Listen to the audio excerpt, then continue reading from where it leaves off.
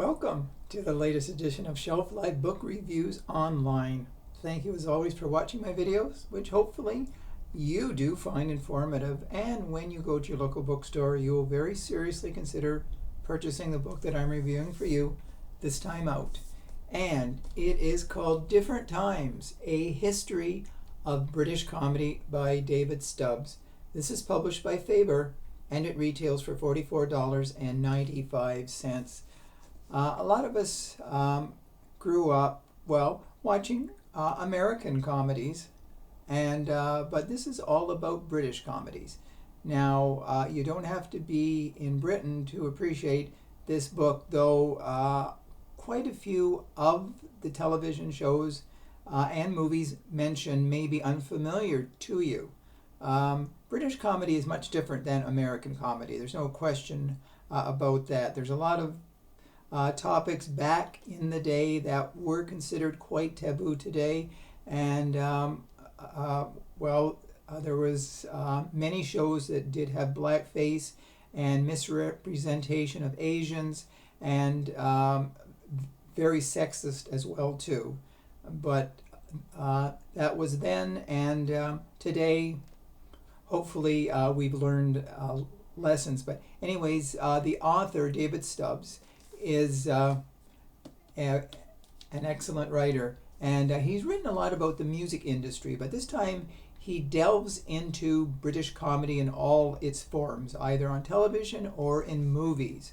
And the book is over 400 pages long, so there's a lot of information here.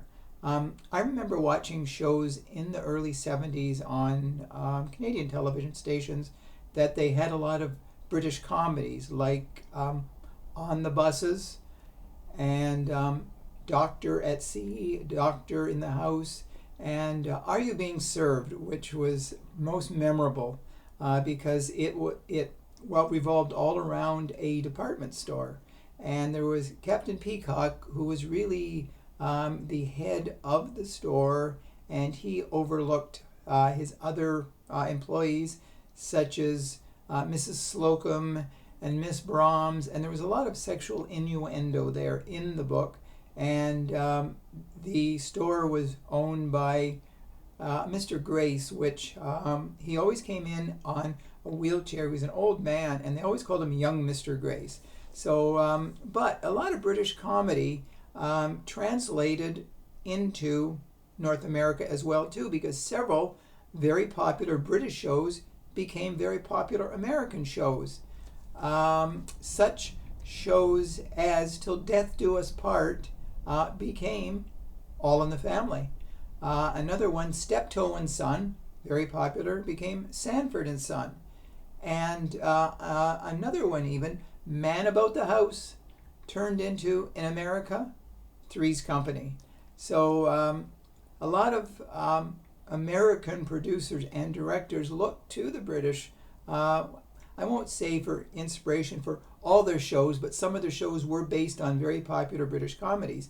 Now, there were other people that David Stubbs talks about, such as Benny Hill, a very irreverent show that was on, I used to watch it in the 80s, and it was no holds barred. Benny Hill was, it was sexual innuendo to the max. It would not be allowed today based on the topics that were covered, and it was certainly not politically correct. Another show that began on British TV was Monty Python.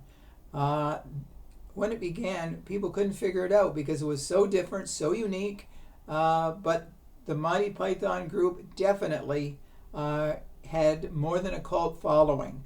Several movies were made based on their antics, like The Life of Brian.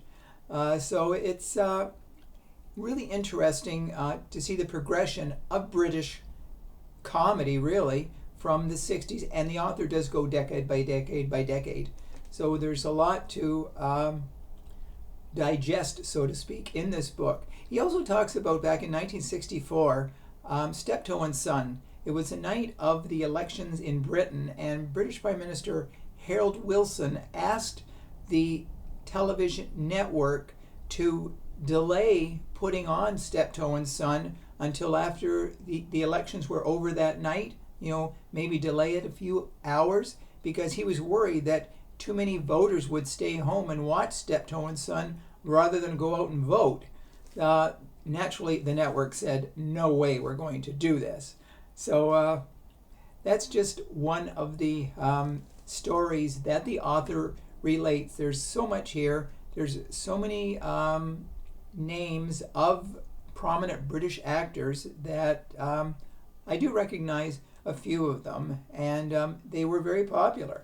So this book is definitely, if you like comedy and you were a fan of British television, you definitely can relate to Different Times, a history of British comedy, because it is comedy to the max with a British viewpoint. So if you go to your local bookstore and do see this book, do consider purchasing it, because it's really worth it. It is a great reference book to add to your collection. So if you do buy it, please let me know if you do agree with the review. So until we meet again, and we will, stay safe, stay sane, stay in touch, and I will see you at the bookstore. Thanks again. Bye.